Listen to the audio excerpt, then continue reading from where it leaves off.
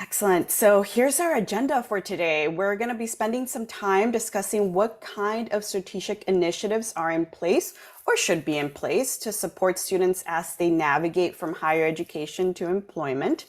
This does include supporting students through career exploration as well, and we'll talk a little bit more about that. We'll also spend some time talking about how mentorship can be leveraged as a solution and the outcomes that Orange Coast College has experienced by leaning into mentorship. And then, of course, we want to leave some time for questions, for you all to get all your questions answered and connect with the OCC folks in that regard. But before all of that, you've heard me talk, but you have no idea who I am. I'm Yvette Delgado. I'm a partnerships director here at Mentor Collective. And for the past 2 years, I've had the privilege of working in the western part of the country to raise awareness about the importance of connecting students with social capital in the form of mentorship to close equity gaps in degree attainment and equity gaps in the workforce.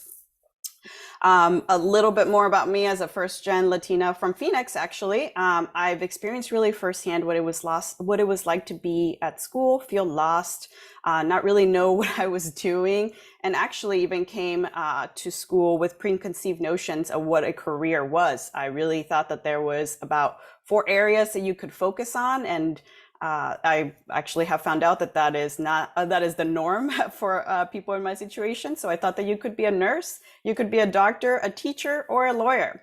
That was it. That was my spectrum of what I thought you could be. But luckily for me, and one of the reasons why I do this work is I met a wonderful mentor who actually introduced me to the nonprofit sector, and I've been doing mission-oriented work ever since.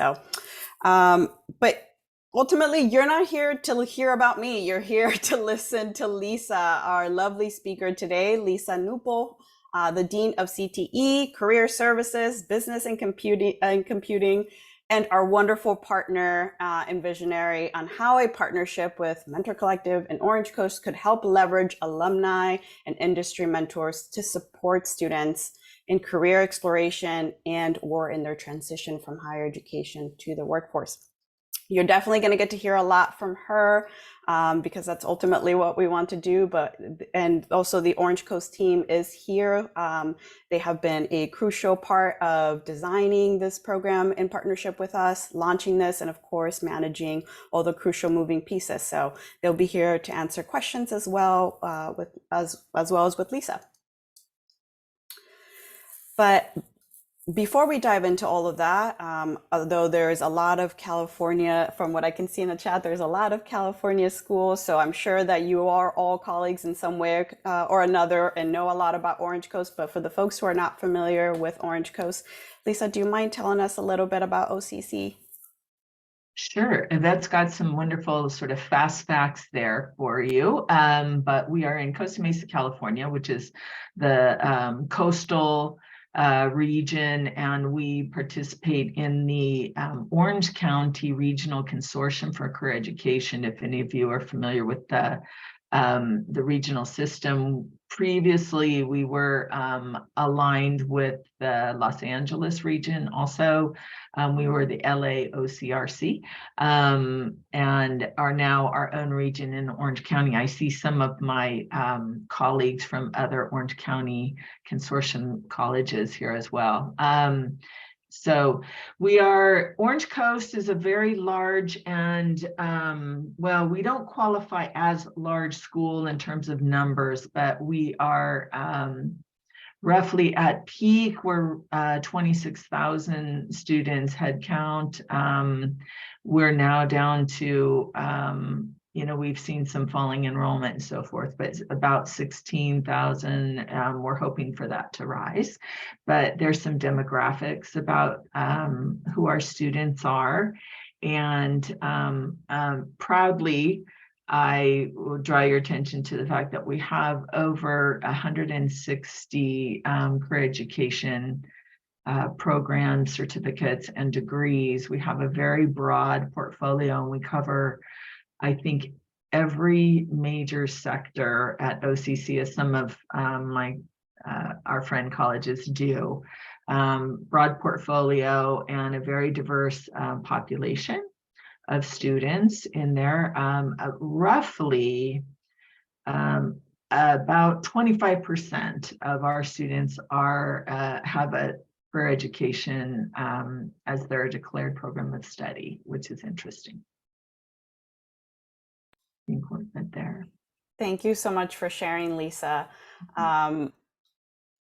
You know, with those demographics of OCC in mind, I do want to move us a little bit into a few questions. And so the first question here is, what kind of challenges have you observed for students as they were transitioning or as they are transitioning from higher education to the workforce, both for those going directly to the workforce from OCC and those who are on a transfer pathway? Yeah, I thought about this a lot because there are a lot of responses I could give to this, but I think, especially since I'm talking to people who are familiar with this, we're just going to call it a general lack of career readiness, and that's for students in career education programs as well as academic pathways or the transfer pathways and that translates to a lot of anxiety, right, for the students because they know that they don't know in many cases, right, what they're looking for. We have, as you saw in my title slide, I also serve as the dean in our business and computing division, and business is one of our largest majors at OCC in terms of student headcount and FTEs. And interestingly, in dealing with students directly and indirectly, I would hear very often, they're majoring in business because that seemed like a good catch-all, right? And I heard two things. One was, well, it's the best thing to do to get a job, right? Which made my ears, peak. Okay, we're interested in getting a job as a result of our education, right? And the other thing that I noticed, or we noticed as an institution, was that within that business major, we'd say, well, what in business, what aspect of business, or what does that look like to you? And blank. Okay, we don't know. And that is, I don't say that in any term of like mocking the students. It's a fact. I also didn't know, when I was in college, I thought, I don't know, I'm going to college, so I can get a good job, but what that looks like, I don't have any idea. So I scooped that into the broad category of just a lack of career readiness and a need to understand not only what careers are out there, what's possible, but also what it takes to enter the workforce, what that looks like and what's necessary to be successful once you get there. So that's just scratching the surface. That's a great point. And I remember from that initial conversation together, you mentioned that. I mean, I think a lot of us, especially if you're a first gen student, can relate to that. Was there, by any chance, did you ever coordinate it if it was students who were first gen or who just didn't have more of that I'll be foresight honest with you, not necessarily only. So of course there's, a heightened sense of anxiety perhaps, and then some additional challenges for first gen students, but I would say it was pretty much across the board. There, maybe the top 10% of students who come in very go and they know what's going on. And in some career education programs, right, there's a little more confidence around and a little more career readiness because they come in, if they're going to enter, let's say, an allied health field, right, and they get into that program, they have a good sense, right, of that is what they want to do, and they've had some exposure to, and they will have more work-based learning experiences.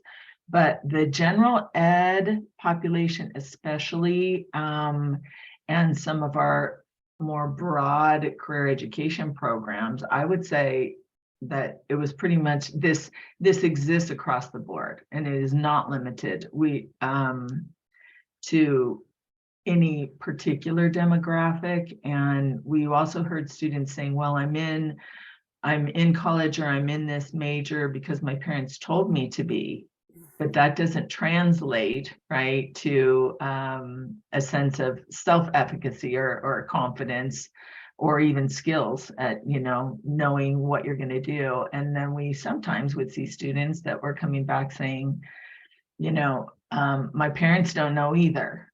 They know that I had to go to college, and I know that, but they don't know either. So I think it's across the board. Interesting, for sure. And so actually that sort of brings up a few things. What strategies or programs were already in place to support students in that career sort of exploration or career readiness? I mean, let's talk about prior to Mentor Collective anyways. Yeah, sure. Like I'm sure many of our partner colleges have. We had a very solid, and career center with an array of services. We had workshops. We had some counseling classes. We had a variety of what I'm going to call passive resources, and we still do, right? We had some counseling. We hired about 4 years ago, we hired using our strong workforce funding, a full-time career counselor, right, who is based in our career center. And we had some good engagement from primarily career education classes that would come and engage with our resources in the career center. So we had a solid suite of self-help resources, I'll call them. On our website, we have a very good, extensive career education and career center website that has a lot of resources. So there was a lot there. There was a lot to build on, but I was noticing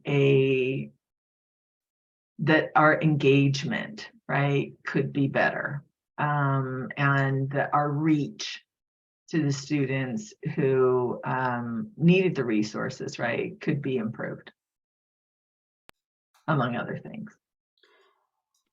That makes sense. I think that right now that's definitely one of the things that people are thinking about, engaging students, right? So ultimately, what led you to consider a partnership, but ultimately what led you also to consider pairing up students with alumni and industry mentors and sort of that relationship? I would say it was a confluence or a convergence of some different circumstances, as well as just some needs assessment, right? When looking at our career center services and thinking about that, how to increase the student engagement, right? Get what we had to the students. And that coincided with the influx of funding and initiatives around employer engagement in our region, but I think that's statewide, and then also a greater focus on workforce outcomes coming from the chancellor's office in terms of accountability and all that kind of thing related to career education, but also guided pathways coming down the highway for us all, engaging at different levels.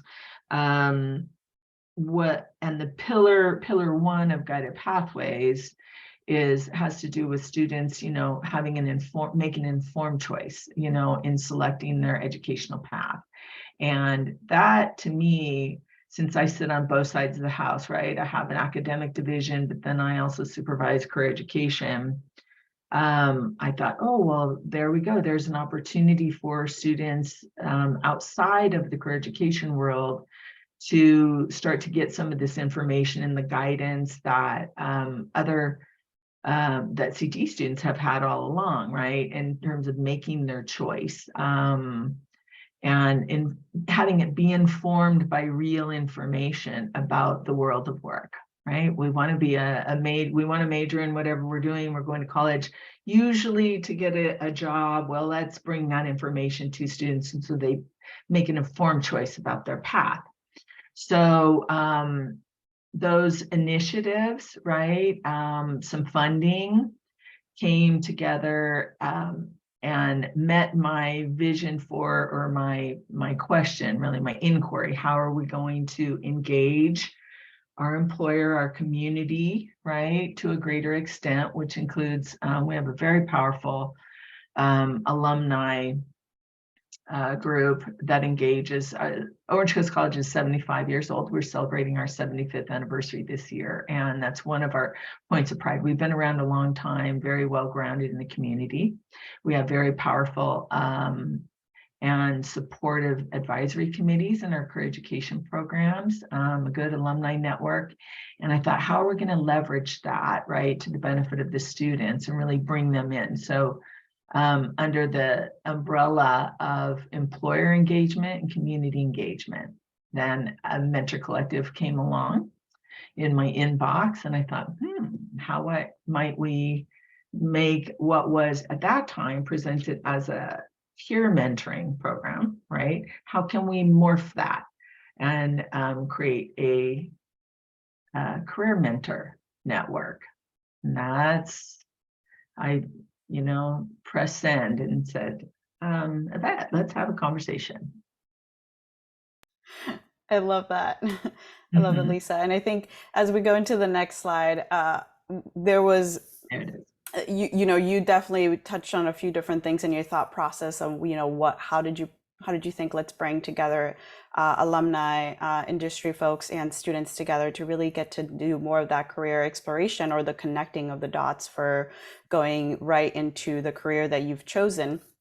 But there was definitely other portions that, we thought as we were coming together of that. And you mentioned that design, working on implementing a high impact career mentorship program that you definitely worked to do with us. And finding, I think one of the things that we'll lean into and we'll definitely cover as we go further is finding a relevant trained industry mentor, alumni mentor. That's key, right? You can't just pick anybody. It has to be the right person. The right build of trust needs to happen for the folks to be able to bridge those opportunity gaps, and especially for underrepresented students, which I know was one of your your drivers behind it.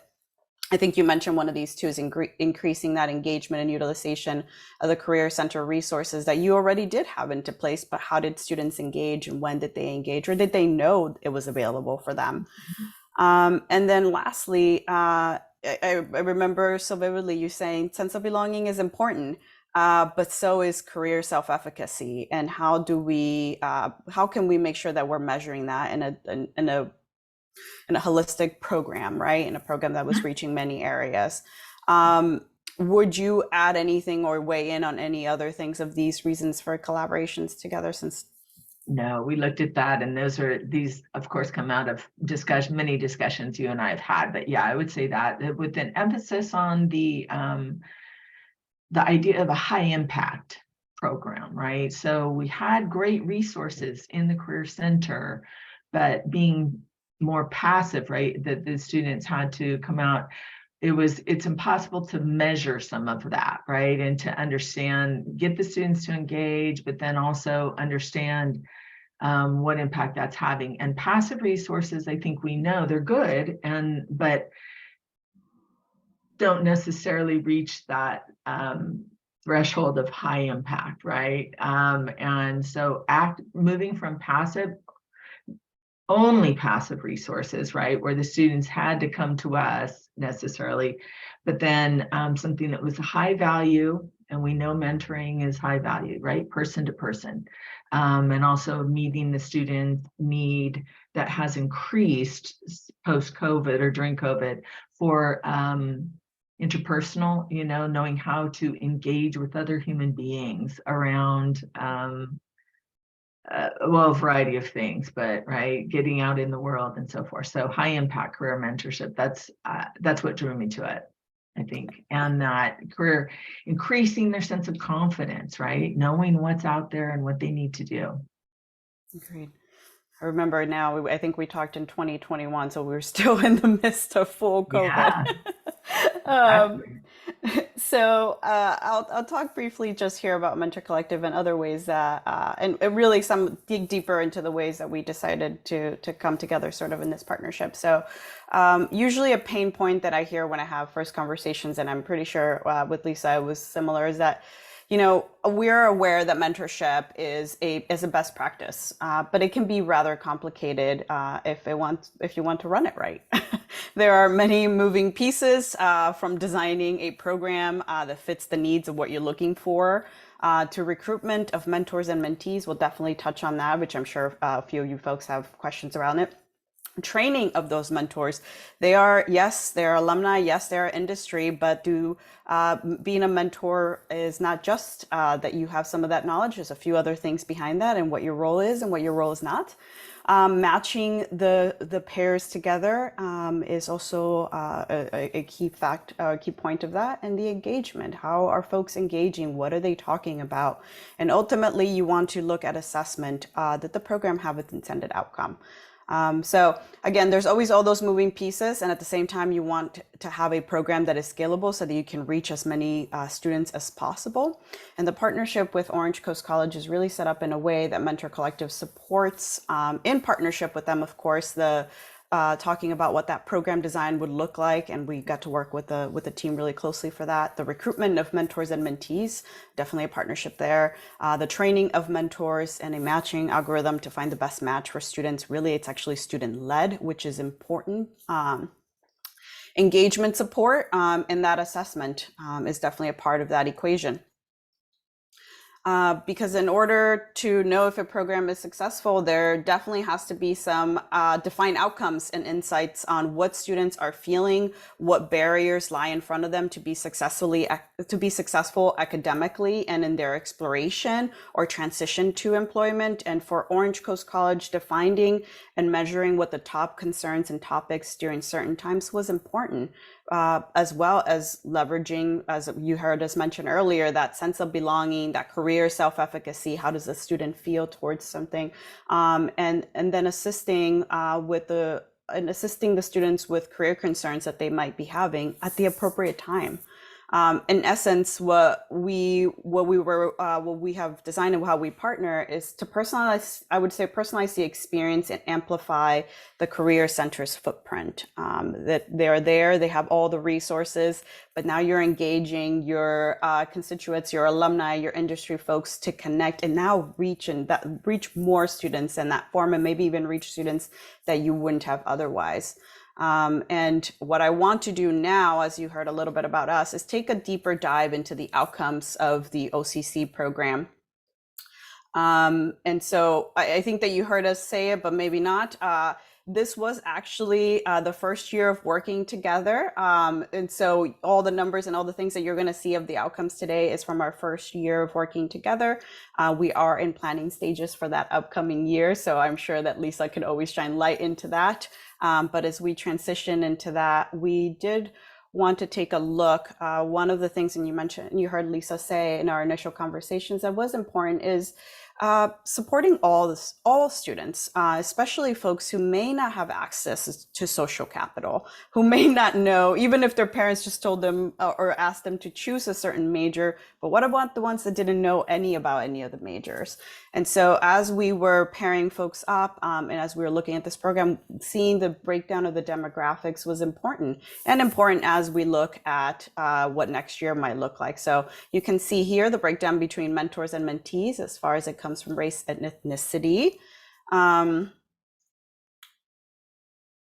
And also, one of the other things that we hear, and I'll have Lisa weigh in here, is when I first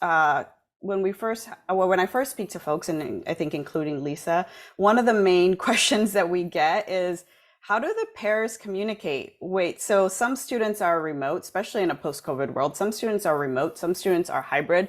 you're in a community college setting, so you have commuting students who are not always going to be available to meet in person. So how do you engage students so that they're communicating with the mentors? And one of the ways that Mentor Collective looks to remove the barriers to participation is by engaging the pairs actually first via text. So like an SMS text line where pairs can communicate, but they don't exchange personal information. And that is actually really important at the beginning of the relationship. But as you can see from the pie chart here, it's actually not the main way that OCC pairs are communicating. A good portion of them are actually video chatting, which is fantastic to see. They get to see each other face to face. Talking on the phone, I have no idea how you get Generation C to be on the phone anymore. So that's fantastic. Or at least talking on the phone and emails. But Lisa, I want to pass it to you to hear a little bit of what you're hearing from the mentors as far as it comes to their communication with their mentees. You know, what we've heard was in some cases surprise, and I will also open up for Ginger Neal, who is the practitioner that, you know, tracks this, but anecdotally, they were surprised. We expected that, you know, maybe students would only want to text or what have you. And I think there is a default still to maybe that option because it feels safer, but that there's also a desire for the students who do engage with this to engage a little more meaningfully, right? Whether with video chat or directly, you know, on the phone or something that's a little more in person. Still not a ton of requests or to meet in person, but I feel like that has more to do with availability and scheduling and like how would that actually happen? Maybe even people are geographically, right, not near each other. But Ginger, do you have anything to add to that? Yeah, what we found was kind of a generational thing. You know, we had people who don't text very well. And texting by its nature, a lot of times is, you know, I'll meet you at 5. It's short dialogue, like just checking in, trying to finalize what the plan is. And we had students who just wanted to be mentored by text.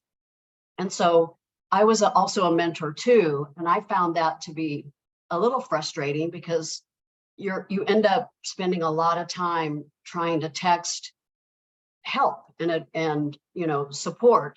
And so we had a pretty big fall off of students who didn't want to engage that way. We had one student that said that wouldn't even like talk to me about it. She said, no, I'd rather do email. I don't want to communicate by phone. And she said, I'm just really looking for a pen pal.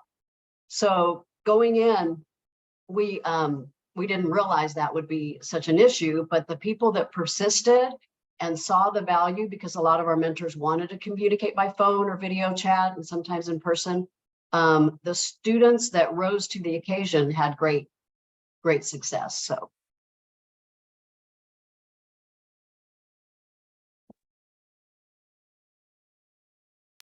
Sorry, I had a hard time getting myself off mute. Thank you for sharing, Ginger. That's definitely key, and it's good to hear how folks are leveraging that text message to then get that being the point of jumping into the next thing, which is definitely engaging. And so, actually, one of the things that we do here with Mentor Collective too is we try to get the student perspective and the student voice, right?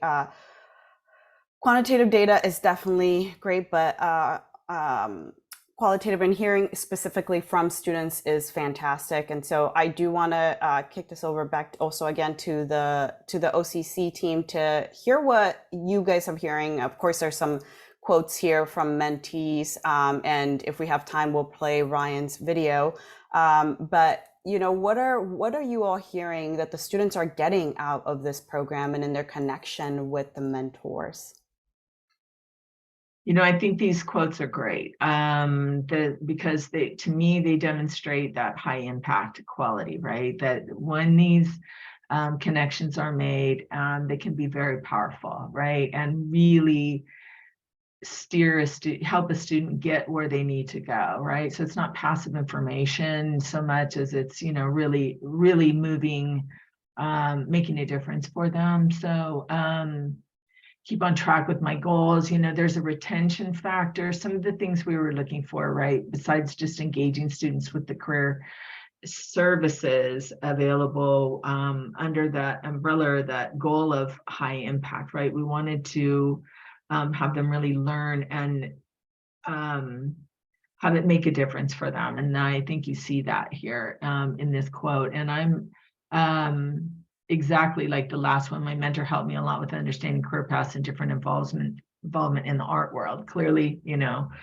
somebody in the art major area. We had mentors and mentees across the spectrum, really. So I think hearing from the students is great. If you have a minute, I don't remember how long that his video is, but real people saying real things are always great. Agreed. Let me see, and if anything, we can cut a little bit. I think he's rather long as he's trying to get his thoughts together, but we can try.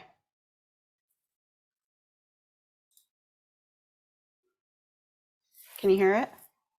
No.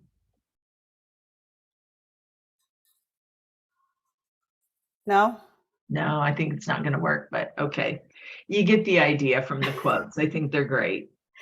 Sorry for the technical difficulty. You should be getting a copy of this, and I hope that it will play there for you, so that you all can hear specifically from him. He's actually talking about his mentor helping him in the HVAC world, and as he was thinking and relating his work to that, and how to be a better technician, which is just fantastic to hear.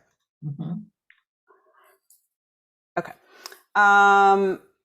As much as we value the student ones for sure, we also want to hear the mentor experience. These are alumni industry folks that we're trying to connect with, of course, but we want to hear how is the experience for them.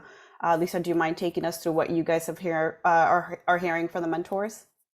Yeah, again, I think these are wonderful quotes, so I won't read them, but they give you a very good sense of that what our mentors are feeling about we've found that the engagement from the mentors came overwhelmingly from people who wanted to help, right? They wanted to make a difference. And these quotes show, their comments that show that they felt effective, and they felt like they really were able to make a difference for our students in very real ways. I think that the mentor experience remains a very top key focus and priority, right?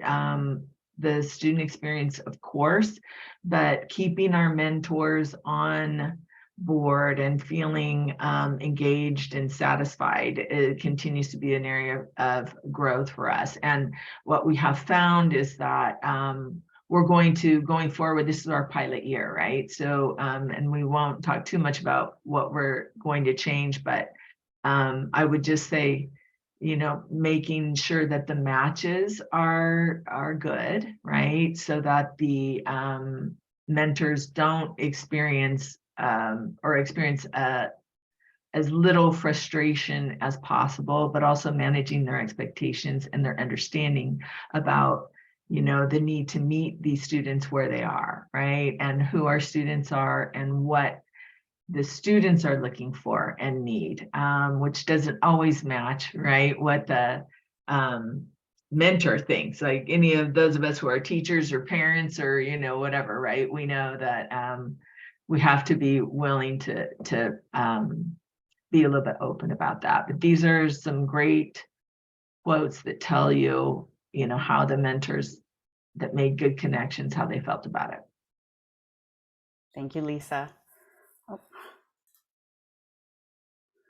And so one of the things, of course, that we love to hear is the mentors and mentees, and that we just highlight some of those, but because ultimately we like to hear because it highlights and gives you a glimpse into the satisfaction of the initiative, right? Is it having its intended outcome is one of the things, that we had talked about. But another way that But another way the Mentor Collective supports Orange Coast College is actually through what we call partner dashboard. And so when mentors and mentees are paired up, the mentor is actually trained beforehand, and the mentor is trained to log conversations. That's how you get to hear from those particular quotes from the mentors, but also what fills sort of this area here, this chart. They get to log what they're talking about with their mentors, and so that gives you an idea of what that looks like. In the case of Orange Coast College, aside from getting to know each other, which is always a top actually conversation topic for every school, the next three topics are actually academics, which I know Lisa talked about, but staying balanced, which if we would have been able to listen to Ryan's video, actually he touches on that. And connecting the coursework to career, a close fourth of course being networking, which is fantastic. But Lisa, do you or Ginger have any additional insights to share about the conversation topics or anything that surprised you there?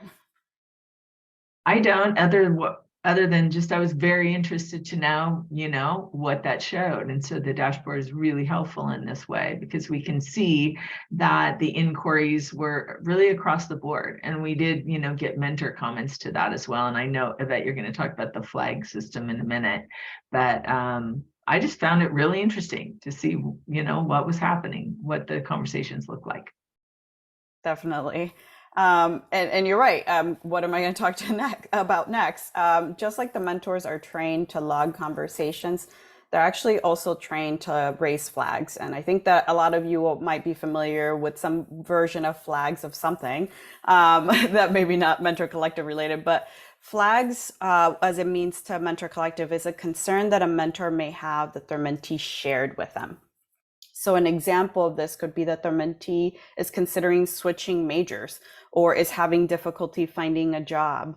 And what we want to do is we want to empower mentors to raise these flags, but we don't want them necessarily to have to problem solve those for their mentees because that's not their job as their mentor. Their job is to support them in their career exploration, to be a friend, to provide advice on that, to be a soundboard as it comes to their career exploration and their career skills. But these flags are definitely important, and they're important for the school to make sure that the student is being supported holistically so that they can get to that point of completion and ultimately that career, that job that they started school for. So Lisa, can you walk us through what you've seen in the program and how you guys are handling these flags and what happens if a flag is actually not within the wheelhouse of career services? Yeah.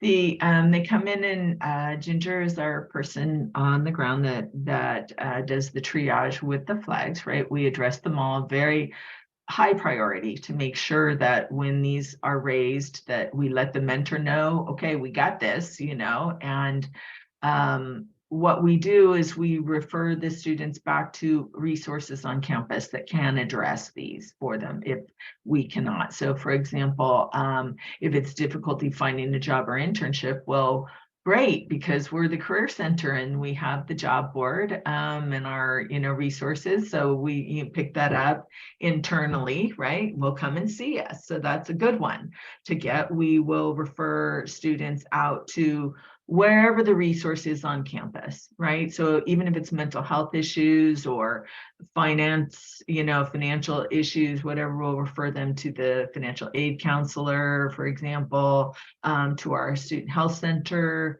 for those resources. And then we follow up to make sure, that it's a warm handoff, right? Like, okay, student, here's the person that you can contact, and or the resource board or whatever. So we're trying to keep that personal connection, right?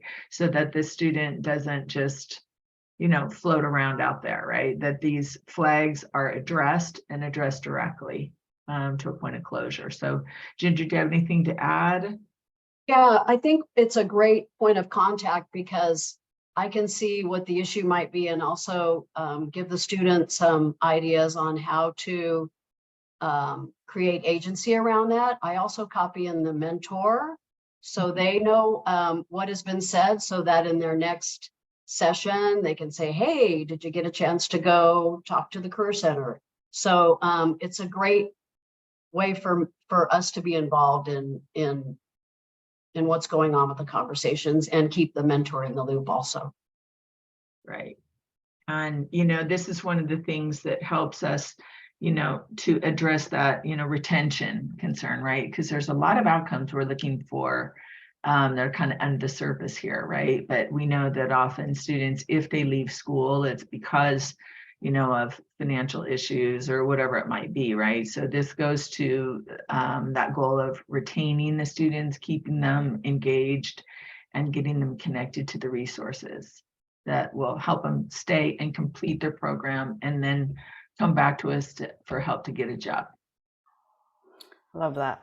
Holistically serving students, even through Career Center. I love it. Mm-hmm. So as we wrap up a little bit about the outcomes of the program, I mentioned earlier, this is or maybe I didn't, I think that I did, but I'm not sure. OCC was actually our first community college to pilot working with Mentor Collective and the career and workforce mentoring. We had done this type of work in the four-year space, but Lisa had the vision of being able to connect it still be able to connect it in the community college space. And so in our inaugural year, we actually had quite a high percentage of students in industry / alumni mentors participating than any other program that includes the four-year space, which is fantastic. They had exceptionally high satisfaction rate in the program, actually benchmarking higher than the other programs similar to them. Again, including the 4 years. And pairs have logged over 300 conversations and exchanged around 1,100 text messages. So I think going to what Lisa mentioned, when we're thinking about resources that we can provide to students, and you think about resources to Lisa's words and point of not being passive, to see this number of interactions is amazing. And those are actually tracked on the OCC's partner dashboard. So Lisa, I know that my next question actually sort of ties together, but this being our first year, can you tell me what surprised you, if anything? And then also, why do you think there was such demand for mentorship in this, this first year?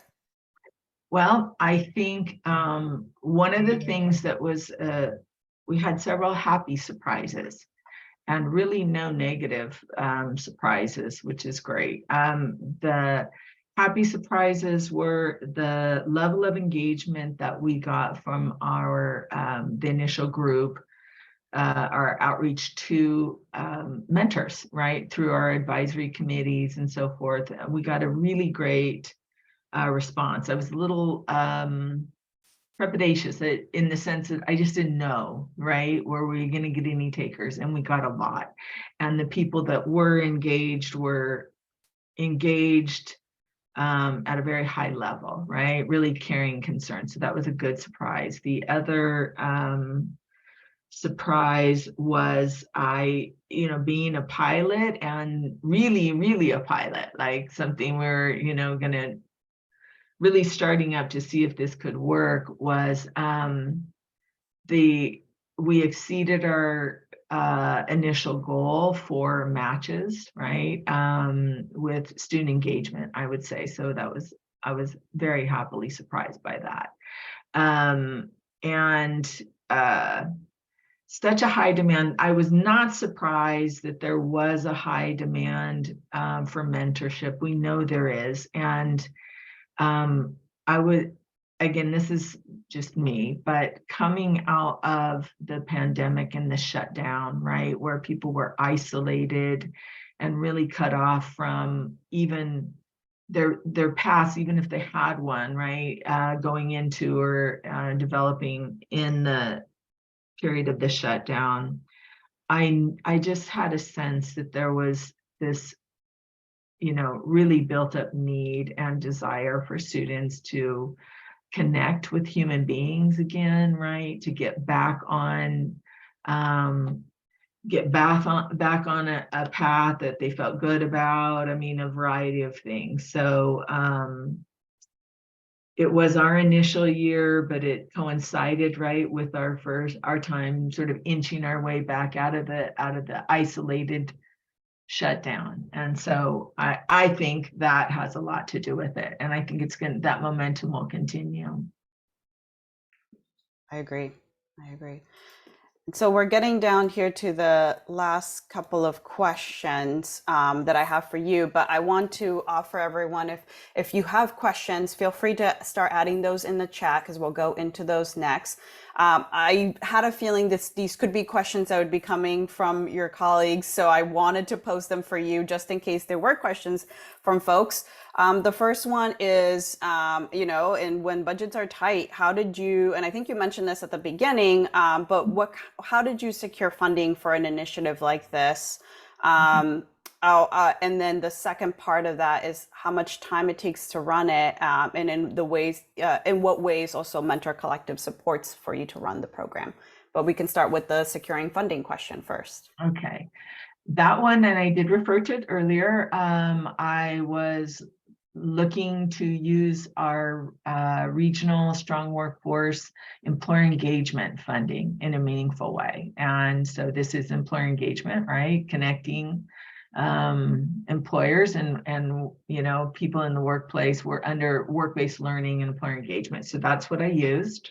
And I think there are a variety of different sources that could cover this in the strong workforce world, and that's for California, right? But various initiatives around student either guided pathways, which I may engage in going forward. Guided pathways funding could be used for this for sure because it directly addresses one. Local funding, could be used if you have strong workforce, but workforce development funding, WIOA, would also work for this because it ticks so many boxes, right? That we're all trying to reach. Retention, enrollment, retention, completion, workforce outcomes, all of that. And how much time it takes. Well, it takes a fair amount of time. Ginger could answer that, better. I think from my perspective, I saw, and I'm still seeing, a fair amount of investment, but it's not burdensome, to be honest, because the system does a lot of the work for us, right? In terms of the matching and the tracking and all that kind of thing. So there's an investment at the beginning to make sure, you're matching surveys and get that who you're going to, for recruitment, right? There's some time there, but then once it's set up, the time is not burdensome. It's significant. It's not nothing, right? And you do need to have someone focusing on it, but it's not Ginger's whole job. So it doesn't take a whole position to do by any means. I think it's really quite doable. Ginger, do you want to add anything more specific? Yeah, I mean, I was engaged in it every day. Lauren from Mentor Collective was always available, which says a lot about the organization. So when problems would come up, we could easily diagnose. So yeah, but it's you want to, those are relationships that we're trying to build. So you want to be really proactive in making sure our mentors and mentees have what they need to continue and be successful. So right, that we're always there, right? So it's not a set and go kind of thing, but it's it's very doable, I think, in terms of time. It's not burdensome. There's also this piece where the mentors are giving of their time. So I felt a real need and desire to be really responsive to them. If they needed something, we found out how to help them. And Lauren was helpful with that too. But that was a lot of what we did too, was helping our mentors be really successful with our students. Thank you both for sharing. And actually, I think we have our first question that popped up here in the chat. So I did want to open it up for questions, as I think we have maybe a minute left or so. We may, no, actually we have more than that. Yeah, I thought that we had less time. The question is actually, how was the program promoted to students? So I know the answer to this, but I'd love to hear it from both of you. Or if you'd like to answer it, I mean.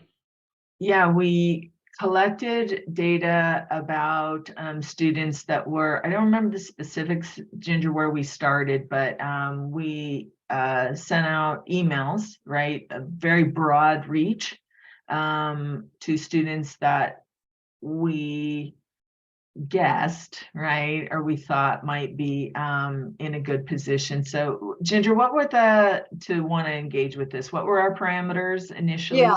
So our target for mentors was our advisory committees for the CTE strand of the college. So we focused on CTE students for this round, and we pulled students who had, I think, 9 units or more. That's it. Yeah. And we did an email blast. We also put it on our career services website so that any student could sign up. So we got other students as well. We just didn't do a direct marketing campaign to them because we knew our advisors were in the CTE fields.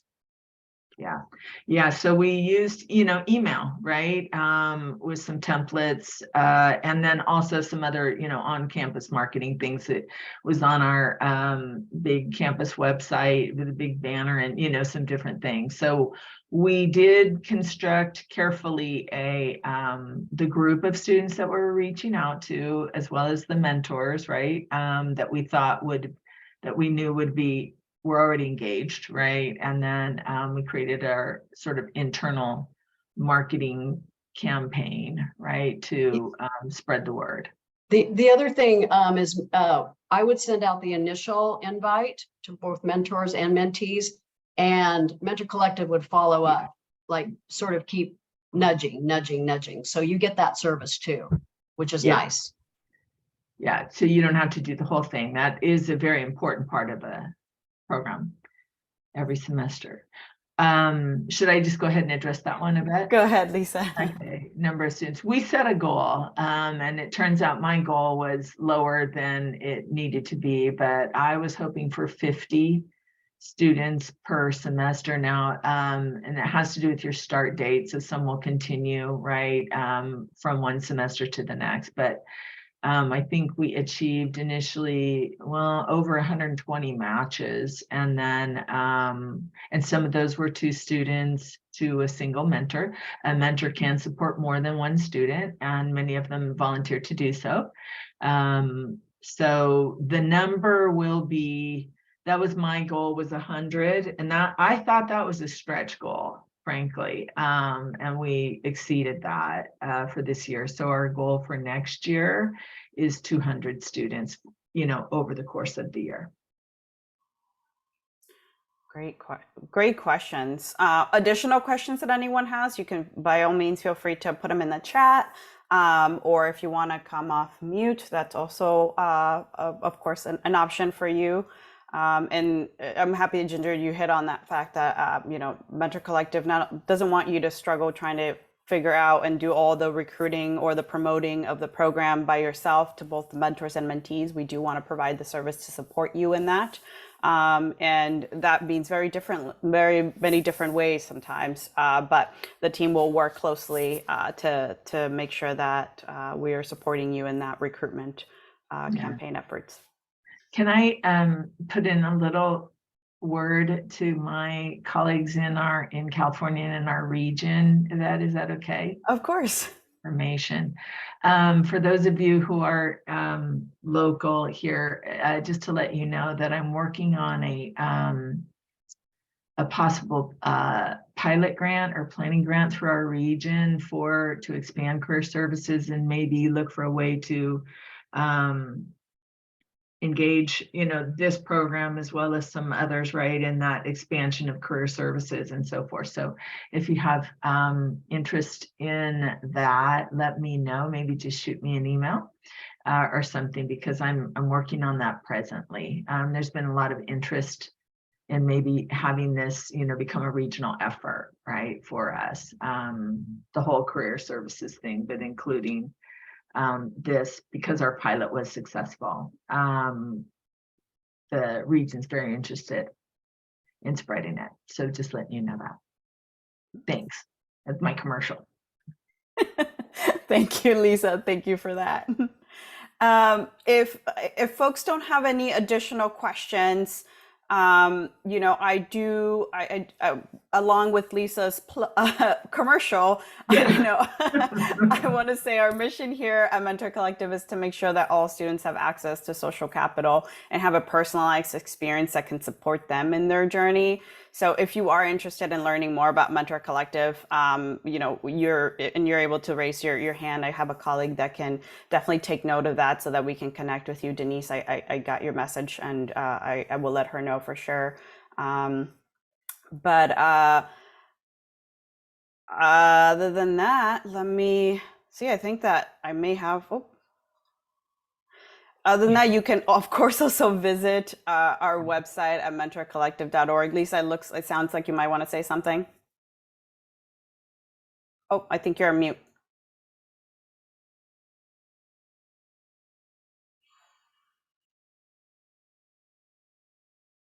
Problems there. Sorry. Is my contact information available to folks across the board? Because definitely my email is, anybody who would want it is welcome to. There it is. I did. I took the liberty of putting your email because I figured you would be open to folks connecting. So definitely. I think that this takes us about 2 minutes before. So I want to thank you all for joining us. We hope that this has been informative and inspiring as you think about how to engage and support your students from higher education to employment. As Lisa mentioned, don't hesitate to reach out to her. You're always welcome to reach out to me. We will have whenever we have the recording of this, we will send it out, and probably potentially the presentation as well. But other than that, I want to thank you all for tuning in again, and I hope you have a good rest of your day and a good weekend ahead. Thank you all.